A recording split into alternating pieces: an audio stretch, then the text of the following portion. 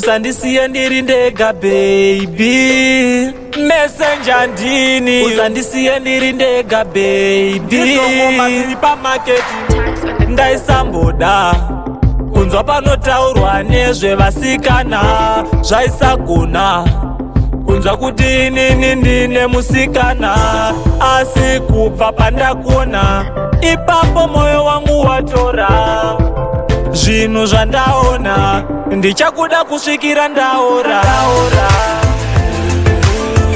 Ndinoda kuva newe for the rest of my life. Chiso chako noda kuchiona more than 10 times. Andikendenge chero ukaenda far away.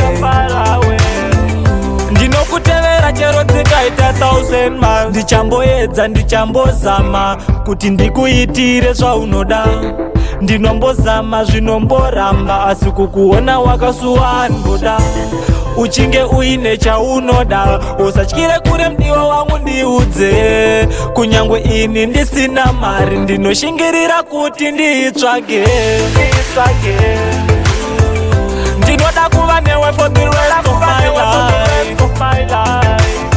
Chiso chako noda kuchiona more than 10 times.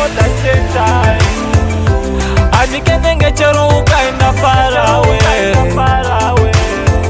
Ndinokutevera chero dzikaita 1000 miles. Ndaisamboda kunzwa panotaurwa nezvevasikana zvaisagona kunzwa kuti inini ndine musikana, asi kubva pandakona ipapo moyo wangu watora zvinhu zvandaona, ndichakuda kusvikira ndaora.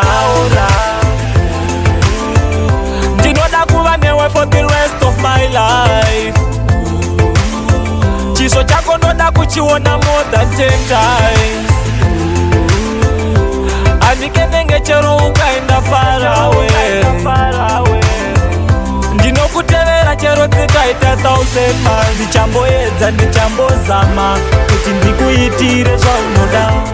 Ndinombozama zvinomboramba, asi kukuona wakasuwa ndoda. Uchinge uine chaunoda, usatyire kure mdiwa wangu ndiudze. Kunyangwe ini ndisina mari, ndinoshingirira kuti ndiitsvage. Ndinoda kuva newe for the rest of my life.